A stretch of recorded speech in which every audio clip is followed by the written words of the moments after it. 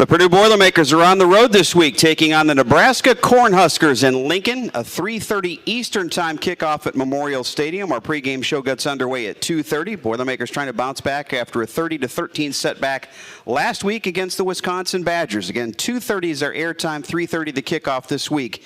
Boilermakers and the Cornhuskers. Good evening, everybody. It is the Jeff Brohm Show. We're at Wolfies in West Lafayette.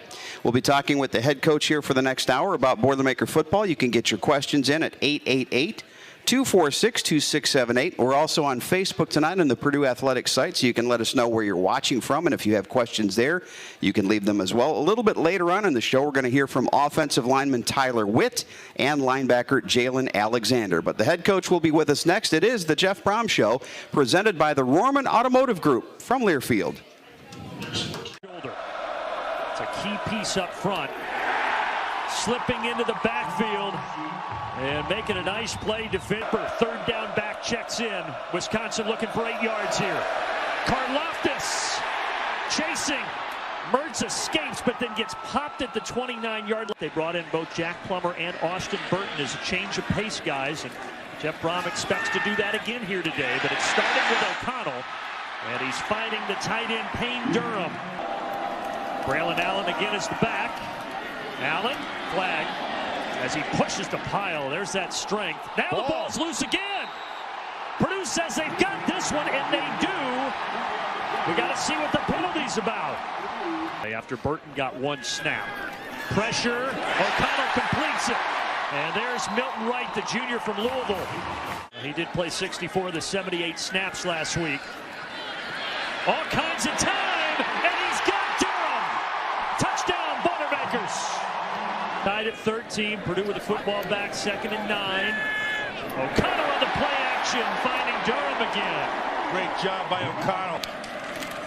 Mertz hands it off, and look who's in the backfield, Jalen Alexander. But when he gets there, he separates them. He's got 72 total yards. Boy, he's met violently there by Lawrence Johnson. Mertz, 5 of 5, passing it here. The ball's free. Karlaftis picks it up. He's got a lot of speed. And he takes it in. Touchdown.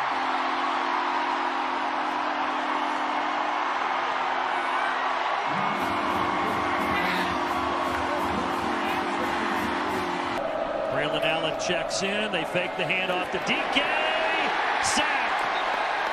Kadron Jenkins.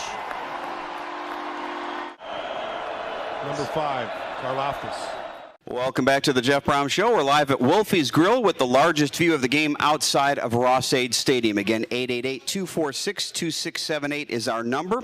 We're on Facebook on the Purdue Athletics site. Already Brownstown, Indiana, and Brooklyn, New York checking in. So glad to have you along with us.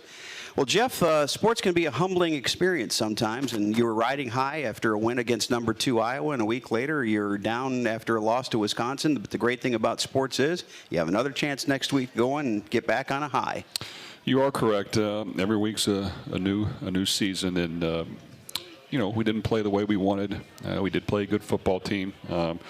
Made a lot of mistakes that cost us, and they're too good of a football team to beat if you do that. So it wasn't one of our better days, and I think our guys understand that. We had plenty of chances, just you know, didn't execute, weren't efficient enough, and didn't do a good enough job across the board.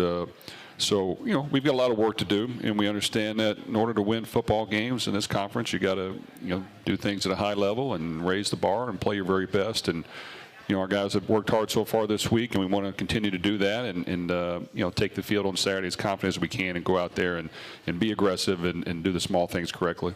We had talked before the game that Wisconsin's a team you want to try and get a lead on and get them out of their comfort zone where they can't run the football. You had a short-lived lead in the second quarter, but they were able to pound the ball, and Chaz Malusi and Braylon Allen were able to find holes. And I think as the game wore on and the defense wore down a little bit, those holes got a little bit wider. Yeah, you know what? Our defense kept us in the game early, did a really good job, you know, which is what we expect them to do, and you know, got the turnover. We had the lead, and really, you know, actually punted them back into the 5-yard line, and then they finally hit a big run that I think kind of sparked their momentum a little bit. And even with that, you know what, our guys hung in there, even though things weren't going the way we wanted. And, you know, we've got 3rd and 4 on the 24-yard line, down by 7 early in the 4th quarter, with a chance to, you know, take it in for a score or at least some points, and had a false start, and then, of course, through, you know, another interception on a scramble, and you know, they, you know, once again hurt us. You know, you can't turn the ball over 5 times and beat a team like Wisconsin, and Wisconsin is good. It's good. I'll give them credit. They have athletic linebackers. You know, they got pressure on our quarterback. They found a way to drop a lot of guys into coverage when they weren't, but you know, they came from a lot of different areas. They were athletic enough to kind of run through us at times and run around us, and you know, when they did, it was costly, and you know, the sacks and turnovers were very you know, hurt our team. Yeah, you have to give credit where credit is due. Leo Chanel had a huge game against them, or for them, against Army the week before, a very different style where they just ran the football, but he was able to get in your backfield quite a bit on some delayed rushes, and he got in the backfield a lot on Saturday.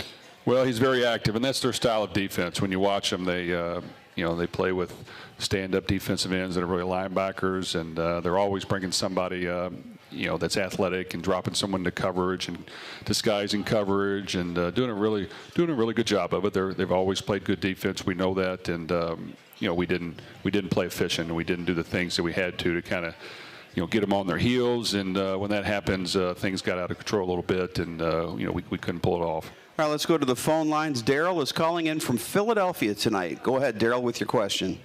Hey, Coach, first of all, I wanted to give you props because I think you're doing a magnificent job. I think that it's not just coaching, but the kids got to play with a lot of heart, and sometimes it's hard to coach that.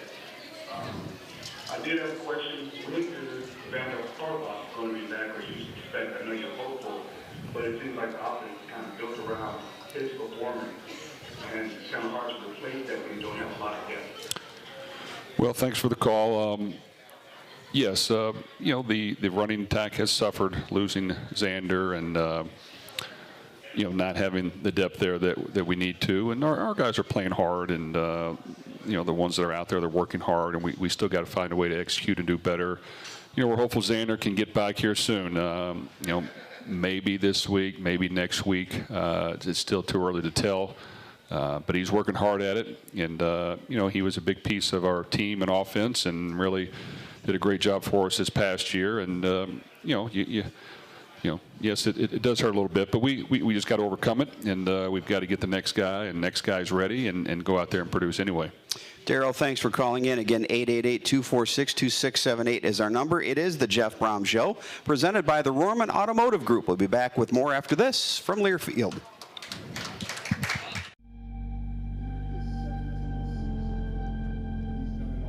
Sometimes when you get picked to be one of the better teams, you know, your management of that ends up being really crucial in terms of your success. We don't want to have a celebration in October or November. You know, we want to be able to be in the position that they're saying that we should be, you know, come late February, March, hopefully contending for a Big Ten championship and having a good number next to our name. But we also know we have to earn that, and you have to earn that every single day, and do a lot of little things so your program can be successful.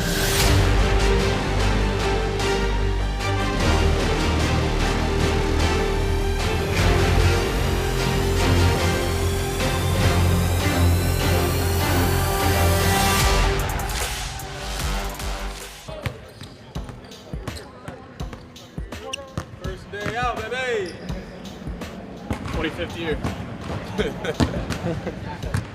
First day, I feel like me and the boys, me, Sasha, and Trey, we say the best for last. So this is my last first practice. Let's get it. What's going on, Jay? Sorry, man.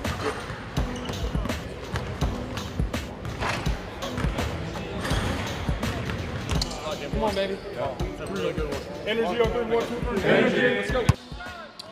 Purdue fans are excited to see this team. I mean, top 8 scorers back from last year, a couple top 75 recruits, a team that many are picking to compete at the very top, not just of the Big Ten, but to be a national title contender this year. And pleased to have head It's coach. a privilege to be in that situation that we're in, and But, you know, obviously we haven't won any games yet, and I think it's a brand new year. We have a tough road ahead of us and a lot of tough games. But we have a lot of talent on this team and a lot of experience, a lot of young guys. We have everything that we need. Group is supporting your Boilermakers as the presenting sponsor of the Jeff Brohm Show and proud partner of Purdue Athletics. Rohrman Automotive Group, boiler up and hammer down. We're back here next Wednesday night at 6:05. By the way, the first Matt Painter show will be next Monday at 6:05. And for those of you in the Lafayette area, we'll have on Bob FM the Katie Gerald Show, the first ever Katie Gerald Show. That'll start at 7:10 on Monday. So we're going to double team basketball and football here throughout November.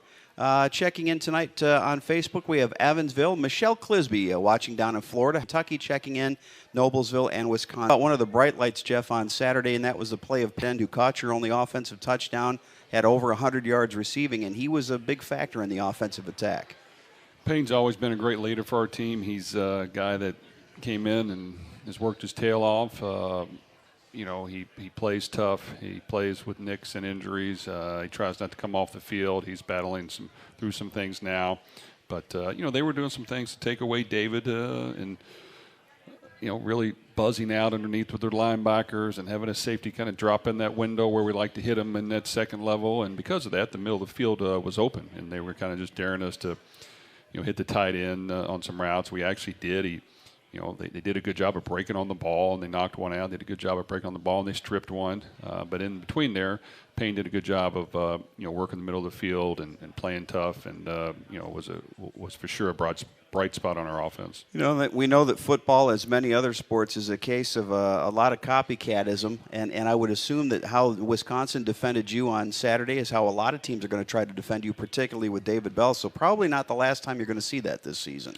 Well, we have to work through it, and luckily every week is a new game. And, you know, it's up to us as coaches to identify some of the problems and weaknesses that we have. And, you know, I think we've done that on every loss. Every loss hurts, and it's disappointing, and it should, and it stings. And you've got to dig deep. And, you know, this is competitive Big Ten football against good teams. And, you know, you have to alter and change along the way as you continue to improve. You can't just do – you know, the same thing every game if it's not working good enough. So we've, you know, made a few adjustments. We've worked really hard at some things we need to improve upon.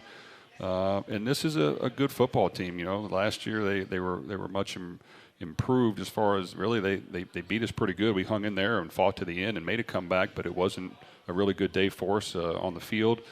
They played a lot of good football this year. They just happened to lose some games that they were in on. Had leads against Michigan and Michigan State late in the fourth quarter, and it didn't happen for them. They played Oklahoma down to the wire.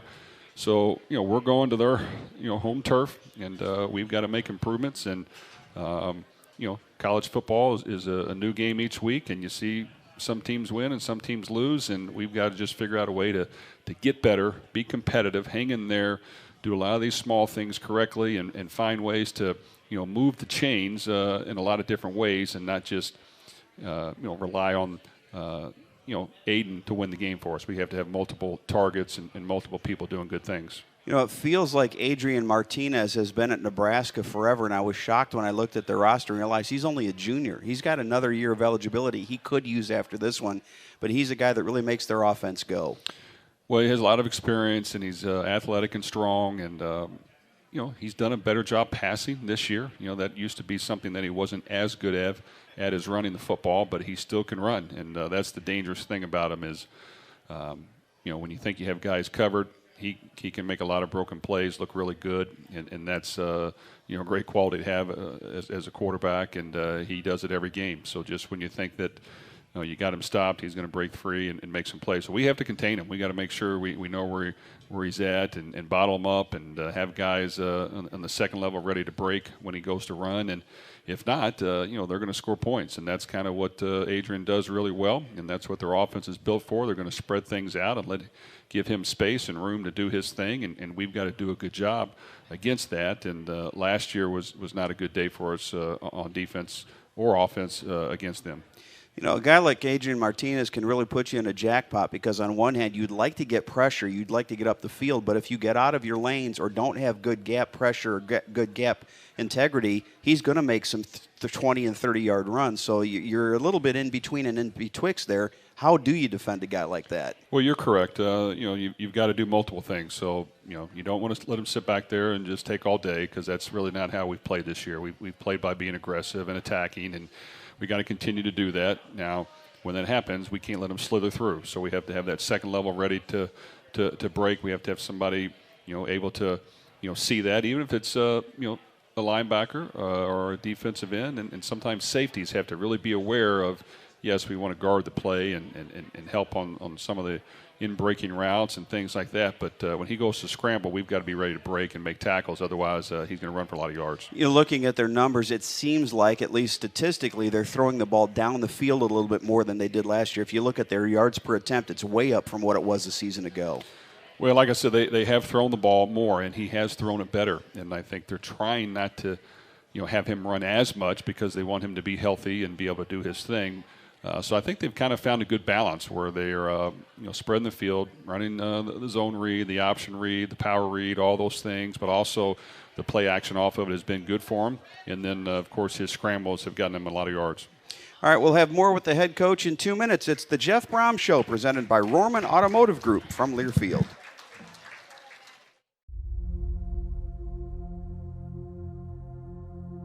When I found out my brother was diagnosed with cancer, I just wanted to be close to home to him, just wanted to still have that connection and just be like, within arm's reach for him, because I know he was dealing with a lot. I just wanted to, be closer, because, nothing's guaranteed in this life, and life is short, so I always wanted to have him to be able to come up and see me whenever he had time.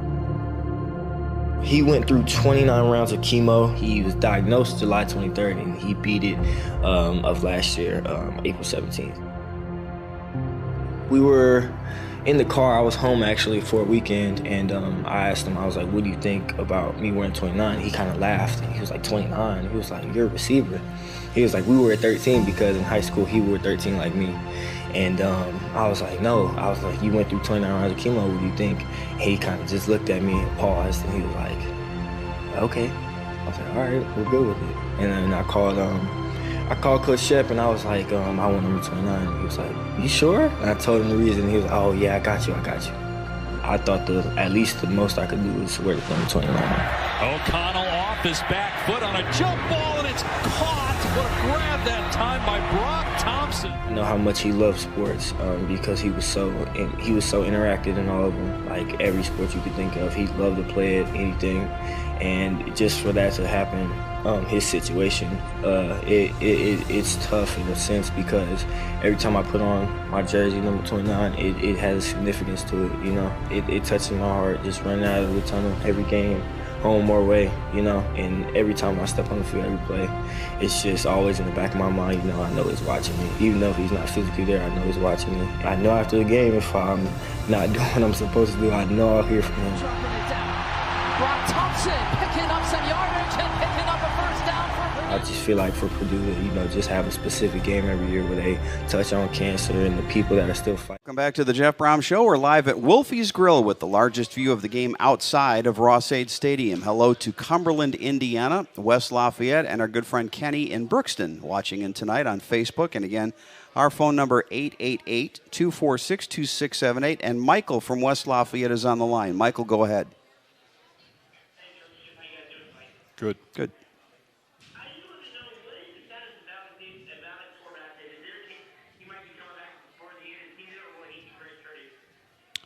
I'm sorry, who did he ask about? Say that question again, please. So Xander, go ahead. No, we're going to try to get him back, and he had surgery on his ankle, and he's recovering from that. And we're hopeful here, very soon we'll get him back. But no, he's expecting to play and wanting to play.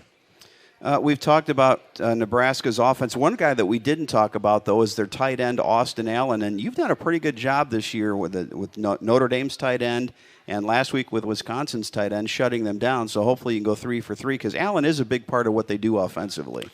Well, they utilize him very well, and he's a big target over the middle. The one thing you notice when you play Nebraska, at least when I did, when we were on the field with them, is they're a big football team. Mm-hmm. I mean, they've got good size, they've got good length. At every position, their body type looks the part and more. and definitely their tight ends do. And we've got to be as aggressive as we can and try to bottle him up. I think they utilize him a little bit different than Notre Dame, and when they had a good tight end, they're going to move the pocket a little bit more and get on the perimeter with him. And that makes it a little tougher because you have to guard longer, and that's the scary thing about Adrian is getting on the edge and buying time and allowing more time to get open. That's when they make really big plays, and they've been better with the play action, but still his ability to escape and get on the perimeter has created a lot of big plays. You mentioned the size of their players. The size of their roster is huge, too. They have the biggest Big Ten roster. They have over 150 players, including walk-ons on their roster. A lot of those kids from Nebraska. When you're the only game in town, if you're a Nebraska football player, there's only one place you're probably going to wind up going. Well, that's a lot of guys. I know the ones that are on the field are big, so they've done a good job of feeding them. Let's flip it to the other. It looks like much improved this year statistically. What do they do well on defense? Well, they've gotten better every year, and when you play against them, their front four is really good, and they're really big, and they present problems. And we need to get better, in the running game. But they've done a good job of bottling up the run, and they do it with those four guys. Their linebackers are active.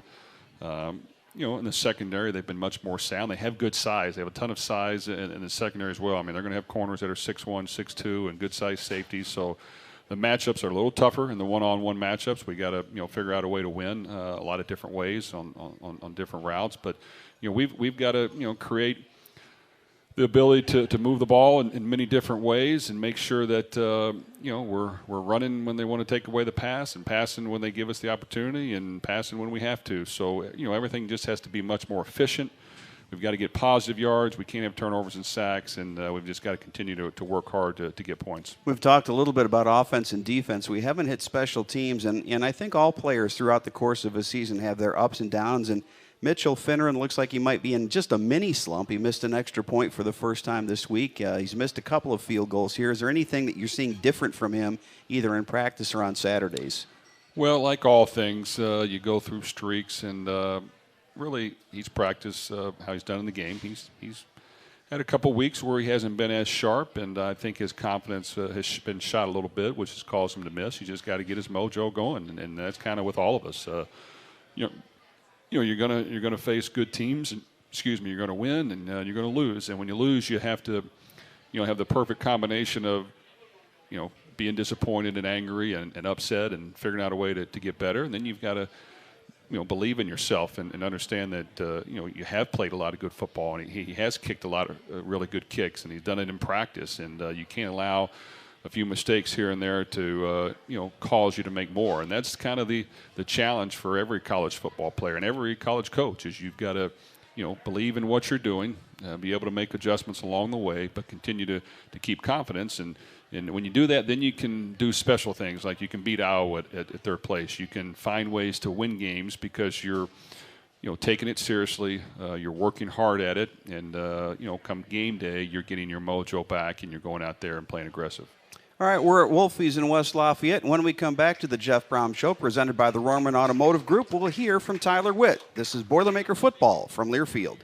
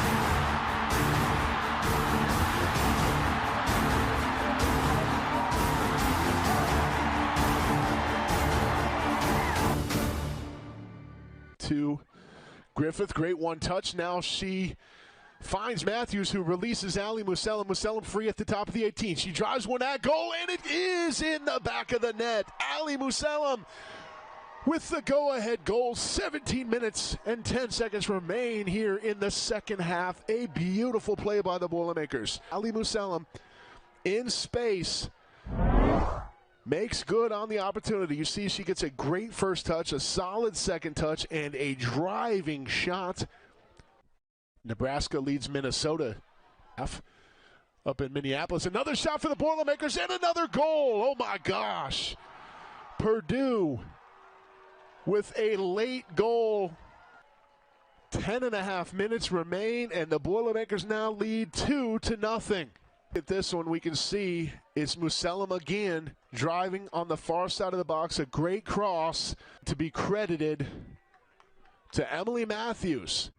Second half goals for the Boilermakers by Emily Matthews and Ali Musellem have secured the Golden Boot for the 7th consecutive year. The trophy stays in West Lafayette.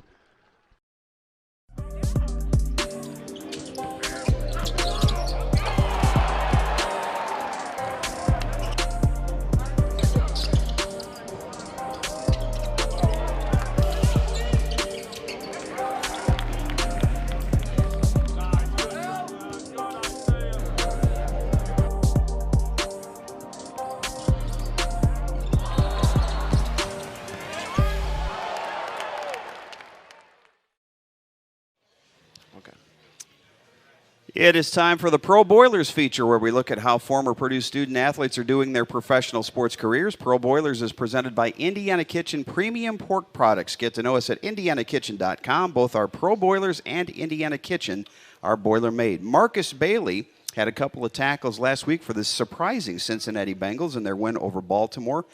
Derek Barnes has had 3 starts this season for the Detroit Lions. A couple of weeks ago against Cincinnati, he had a season-high 9 tackles and 1 pass breakup. And we're going to talk a little bit about somebody who's behind the scenes, but Drew Anthrop is now in his 3rd season with the Los Angeles Lakers as their head video coordinator and player development coach. And you may remember he won a world championship ring in his first year with the Lakers. They're going to be without LeBron James tonight, though, so their scouting report's going to get a little bit tougher, I think. We are joined on the Jeff Brohm Show by Tyler Witt. He is a graduate student at Purdue, originally from Joliet, Illinois, came to us from Western Kentucky. So you're pretty familiar with Coach Brohm. He got you to Bowling Green, Kentucky. Talk about that process and then the process of moving up a little bit north on I-65. Yeah, it was a pretty crazy process for me. It was late in my recruitment.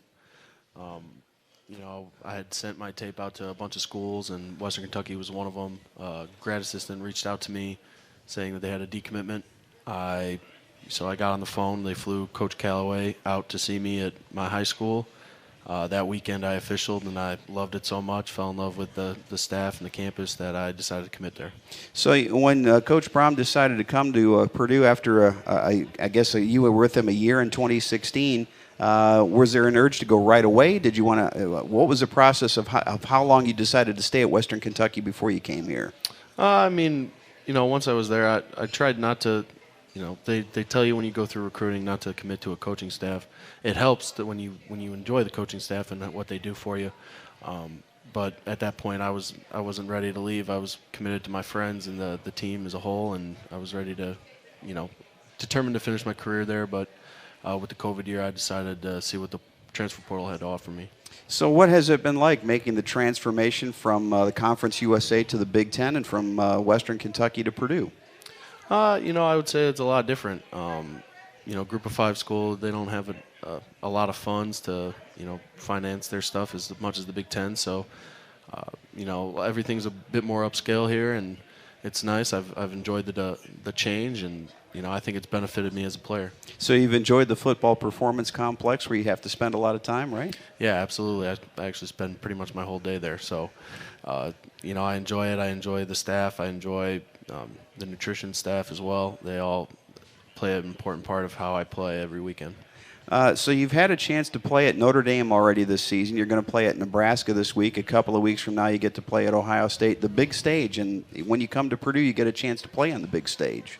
Yeah, absolutely. I think I think I care more about how my parents feel in the stands than more so me. I try to focus on the game, but I always ask them after the game, how was the environment? How was it for you in comparison to Western Kentucky? And, they're always overwhelmed in how crazy it is and how big the crowd is. It's really cool for me to see that for my family as well. So it's a little bit shorter drive for them to get to see it now, isn't it? Yeah, it is. It's a lot shorter, about 2 hours. Yeah. So when the whole thing with the NIL came out and the college athletes have a chance to capitalize on their name and image, I saw that you have advertised your skills as a tattoo artist. Yes, that's true. Where did that all start? Well, I think it started during quarantine. Me and my friends, I draw all the time, so almost every day I draw. And I enjoy getting tattooed myself. While we were locked up in the house, me and my friends, my roommates got stuck in the house for a month with quarantine and contact tracing. It got all messed up for us, so it was literally a month we were stuck in the house, couldn't leave. So I decided to go on Amazon, order a cheap little tattoo machine and teach myself how to tattoo. And since then, it's kind of taken off and I've gotten a lot better. And now I want to, give that same chance for other people to, get tattoos. Now, Tyler, there's a little difference between drawing something on paper and a searing hot needle in their arm or wherever it is and actually designing something. What was it like to do your first one? So the first, none of my friends wanted me to tattoo them at first, so I had to do it on myself. Somebody had to be first, right? So it might as well be you. Yeah, so I decided to, just basically take my own leg and, practice on it. And I was practicing on it every day, every other day. Just something small so that, I could get a feel for the machine, feel for how it is, how to stretch the skin, how to, make sure I have enough ink in the needle and whatnot. It's all like just learning by doing for me. And so since then, I feel like I've gotten a lot better. I've been doing it for over a year now, and I feel like I got a better grasp on it. Well, good luck with the side business. Good luck on the football field, and let's beat those Cornhuskers on Saturday. Yes, sir. Let's go. All right, Tyler Witt joining us. Coming up next, Jalen Alexander will join us. It's the Jeff Brohm Show presented by the Rohrman Automotive Group from Learfield. Shoulder. It's a key piece up front. Slipping into the backfield and making a nice play. Defender, third down back checks in. Wisconsin looking for 8 yards here. Karlaftis chasing. Mertz escapes, but then gets popped at the 29-yard line. They brought in both Jack Plummer and Austin Burton as a change of pace guys, and Jeff Brohm expects to do that again here today. But it's starting with O'Connell, and he's finding the tight end Payne Durham. Braylon Allen again is the back. Allen, flag, as he pushes the pile. There's that strength. Now the ball's loose again. Purdue says they've got this one, and they do. We got to see what the penalty's about. After Burton got one snap. Pressure, O'Connell completes it. And there's Milton Wright, the junior from Louisville. He did play 64 of the 78 snaps last week. All kinds of time, and he's got Durham. Touchdown, Boilermakers. Tied at 13, Purdue with the football back, 2nd and 9. O'Connell on the play action, finding Durham again. Great job by O'Connell. Mertz hands it off, and look who's in the backfield, Jalen Alexander. But when he gets there, he separates them. He's got 72 total yards. Boy, he's met violently there by Lawrence Johnson. Mertz, 5 of 5, passing it here. The ball's free. Karlaftis picks it up. He's got a lot of speed. And he takes it in. Touchdown.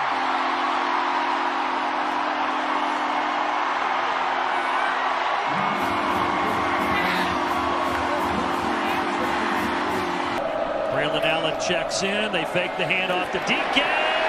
Sack. Kadron Jenkins. Number 5, Karlaftis. Welcome back to the Jeff Brohm Show. We're live at Wolfies Grill with the largest view of the game outside of Ross-Ade Stadium. Want to say hello to the folks checking in from Cordova, Illinois, Jasper, Indiana. Somebody says they're listening from the Combine. I assume that is their tractor and not the NFL Combine because they're way, way too early for that. Somebody listening on campus. We have Austin, Texas, Zionsville, West Lafayette, and Littlestown, Pennsylvania. Hey, Madden fans, the Level Next Madden National Championship esports tournament is streaming now and is sponsored by Unilever, which will donate 1 million meals to Feeding America. Watch the best college student Madden players compete for $100,000 in cash by watching on Twitch. Just search Level Next GG. Jalen Alexander's joining us. I always have to ask players, are you a video player?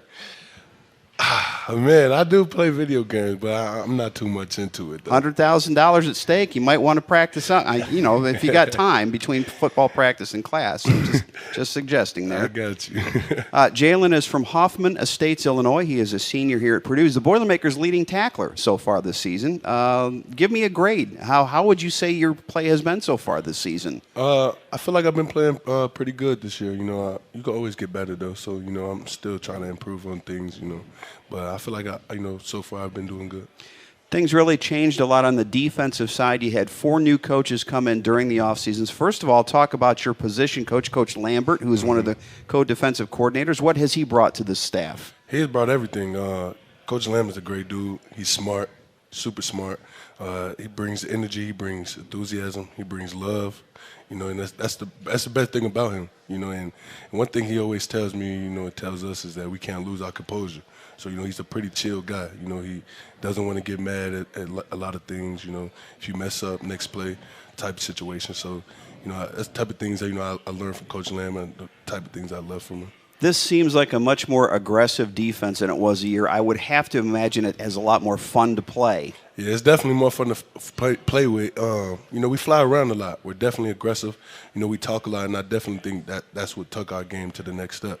It's fun. It's crazy out there. You went into that Iowa game a couple of weeks ago, and everybody talked about the Hawkeyes' great defense, and you had 4 takeaways in the game, and you're still ranked in the top 10 in scoring defense in the country. What do you think has been the biggest difference, besides the system, that's made this defense so successful compared to a year ago?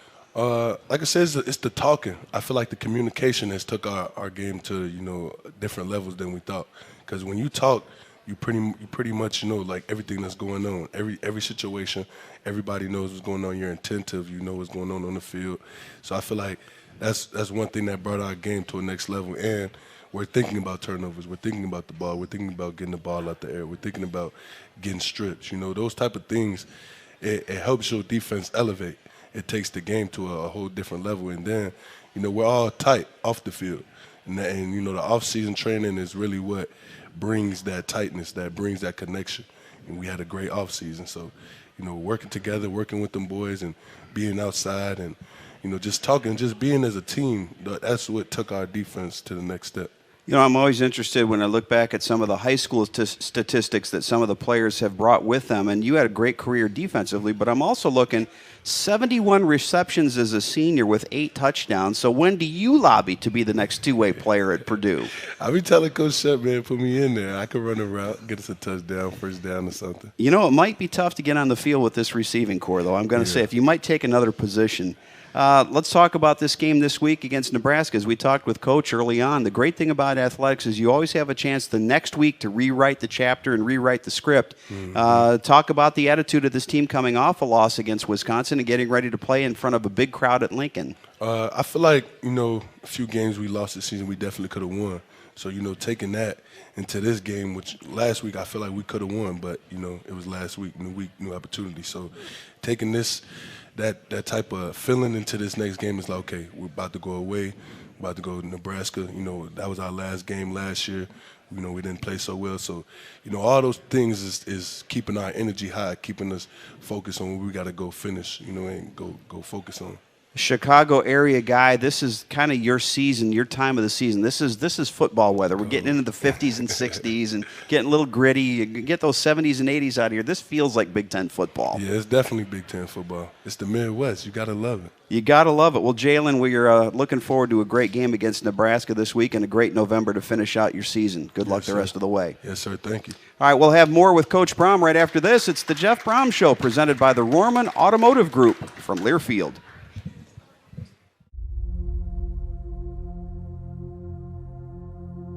When I found out my brother was diagnosed with cancer, I just wanted to be close to home to him, just wanted to still have that connection and just be like, you know, within arm's reach for him, because I know he was dealing with a lot. I just wanted to, you know, be closer because, you know, nothing's guaranteed in this life, and life is short. So I always wanted to have him to be able to come up and see me whenever he had time. He went through 29 rounds of chemo. He was diagnosed July 23rd, and he beat it of last year, April 17th. We were in the car. I was home actually for a weekend, and I asked him, I was like, what do you think about me wearing 29? He kind of laughed. He was like, 29? He was like, you're a receiver. He was like, we were at 13 because in high school he wore 13 like me. And I was like, no. I was like, you went through 29 rounds of chemo, what do you think? And he kind of just looked at me and paused, and he was like, okay. I was like, all right, we're good with it. And then I called Coach Shep, and I was like, I want number 29. He was like, you sure? And I told him the reason. He was like, oh yeah, I got you. I thought at least the most I could do was wear the number 29. O'Connell off his back foot on a jump ball, and it's caught. What a grab that time by Brock Thompson. I know how much he loves sports because he was so interactive in all of them. Like every sport you could think of, he loved to play it, anything. And just for that to happen, his situation, it's tough in a sense because every time I put on my jersey, number 29, it has significance to it, you know. It touches my heart, just running out of the tunnel every game, home or away, you know. And every time I step on the field, every play, it's just always in the back of my mind, you know, I know he's watching me. Even though if he's not physically there, I know he's watching me. I know after the game, if I'm not doing what I'm supposed to do, I know I'll hear from him. Brock Thompson picking up some yardage and picking up a first down for I just feel like for Purdue every year where they touch on cancer and the people that Rohrman Automotive Group is supporting your Boilermakers as the presenting sponsor of the Jeff Brohm Show and proud partner of Purdue Athletics. Rohrman Automotive Group, boiler up and hammer down. Good luck to the women's volleyball team. It's getting ready to take on Northwestern. That match will start in about 15 minutes tonight in Holloway Gymnasium. Then they host a very good Wisconsin team on Sunday. And good luck and congratulations to the women's soccer team with a second-place finish in the Big Ten. They'll be the number 2 seed in the Big Ten tournament, and they will host Ohio State at 3 o'clock Sunday in Folk Field. Got the coach back with us. We haven't talked about the venue itself, but you've been to Nebraska before. You had great success there the first time you were there, but a great atmosphere for college football. Their fans love their Big Red, and I expect another full house on Saturday. Yeah, I think you're going to be right. Of course, they sell it every game, and their fans are into it. And actually, the fans are friendly to the visitors as you go through, which is kind of uncommon, at least when we were there. And you know, a lot of tradition, a lot of history, and you know, I know they'll come ready to support their team on Saturday, and we'll have to, you know, go above and beyond to play well in order to pull out a victory. Looks like perfect weather right now. They're calling for sunny skies and a temperature of 63 with the light winds at 5 to 10, so should be a great day for football. When you get to this point in the season, Jeff, you're approaching November here at the end of the week. Do you have to change your practice schedule? Do you taper back practice at this time of the year? Yes, as the season goes on, we'll cut back a little bit. We'll cut back a little bit on the amount of pads that we're using and banging on each other. And you know, like every season, you know, your depth starts to dwindle as it goes down and goes on, and you have to be very aware of what's happening. And you got to make sure that while you want to practice hard and get better and get after it and practice and improve, there's certain guys you have to get to the game, or it's going to be a lot harder, you know, to come through with a victory. So we're at that point, and we try to be as smart as we can and work our guys and make sure we get them to the game as healthy as we can. There's always hiccups along the way every week, you know, even if it's not during the game, during practice. And those are just part of the game, and that's why it's important to have a roster of you know, talented guys that you're working with and developing the young guys and making sure that, you know, those guys are getting ready to play, and you never know when you're going to get in. They have to expect to play, especially now with the new rules of being allowed to play true freshmen. So, you know, like I said, it's part of college football, and we've got to do the best job we can to build the depth and make sure whoever goes in the game, we've got a plan that can help us win, and we try to go out and execute it. On the flip side of that, how do you keep guys sharp that maybe aren't getting the reps? They might be on the second or third or even the fourth team that, whether they're going to play this year or not, you try to get them some experience. Is there anything that you can do with them as the season dwindles on? Well, always on Sunday when we go out with our team and make corrections from the previous game and do some conditioning, we keep our young guys out there, guys that really haven't played in the game, and we have a abbreviated practice, and we go through individual period with them. We have group sessions. We do team periods and skelly periods, and they go against each other. And you have to work hard to do that. Back when I played, for Coach Snellenberger, we'd have the old toilet bowl is what it was called, and back then, the old school way is we'd have a 100-play scrimmage, full-fledged tackle, and here we go, and that was every. I think for us it was Monday, but every Monday, and you can't get away with that anymore. You have to have the backups ready to go in when they do, and guys get injured a little bit easier now when you're doing that. But we develop them hard on Sunday. They get quite a few reps during practice, running the service team, which means they're still practicing, they're running plays, and we'll tell them what it is in our terminology, but they got to go out there and execute against the one defense, and that's how you get better. For guys that take it seriously and work hard, you can get better. We've had numerous backup quarterbacks throughout the history of coaching that weren't too sharp early on, but because they've gone against the first team defense every single day for a couple years, they've developed. Actually, my brother Brian's backup quarterback came in as a walk-on, Hunter Cantwell, and for 2 years you would have never thought he would get on the field. And basically about year 2.5, it kind of just clicked. And it's because he was going against the number one defense every day, and he improved, and he actually got an NFL career out of it for a little bit. So if you take it seriously, you can get it done. But, we work the young guys, and it's important that we continue to do that. All right, we'll have the final segment of the Jeff Brohm Show presented by the Rohrman Automotive Group after this from Learfield.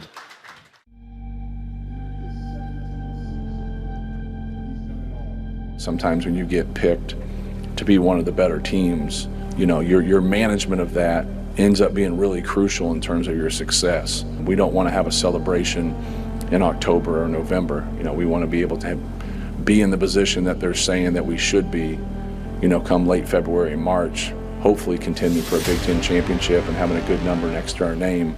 But we also know we have to earn that, and you have to earn that every single day and do a lot of little things so your program can be successful.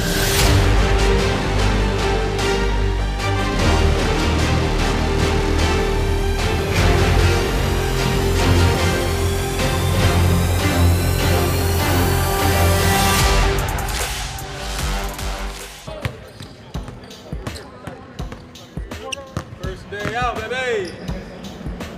25th year.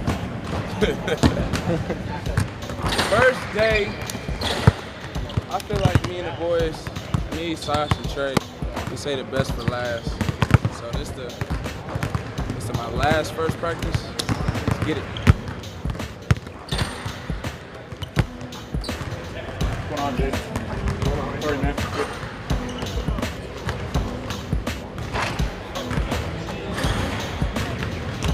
Come on, baby. That's a really good one. Energy on good one, 2, 3. Energy. Let's go.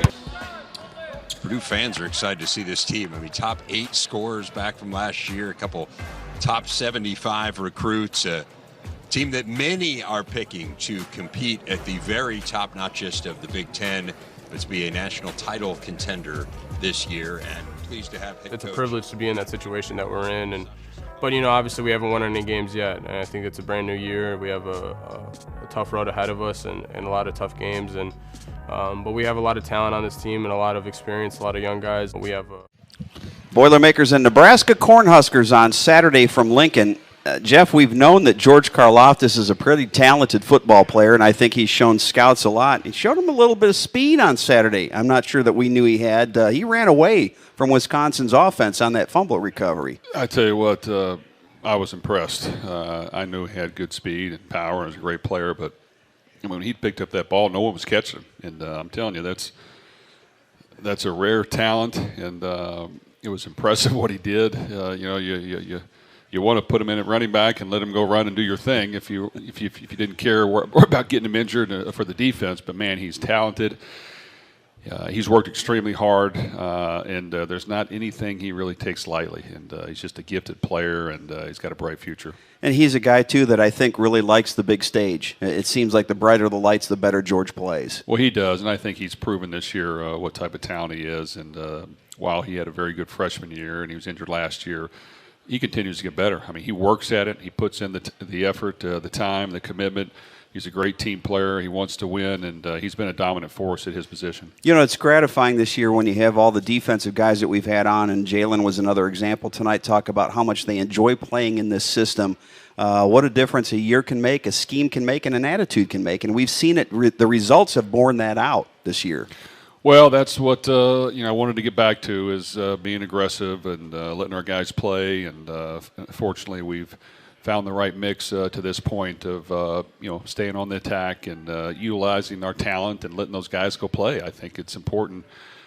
I just know what affects us and bothers us, and when you let guys on defense go play and not worry about making mistakes and be aggressive in their approach, there's just a lot of really good things that can happen, and I think they've proven that. A lot of guys have played much better this year than they have in the past. They've really stood out.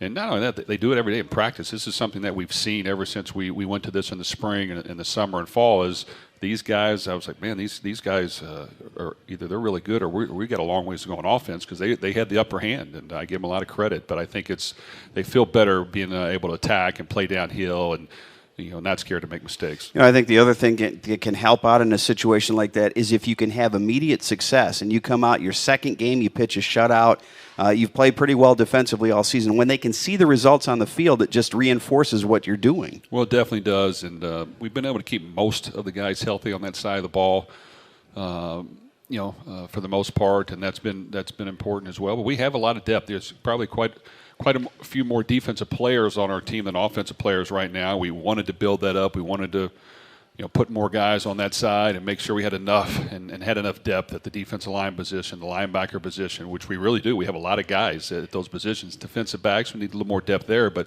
at D-line and linebackers, we have a lot of guys that we're able to rotate in and play. And, I think that'll help us in the long run.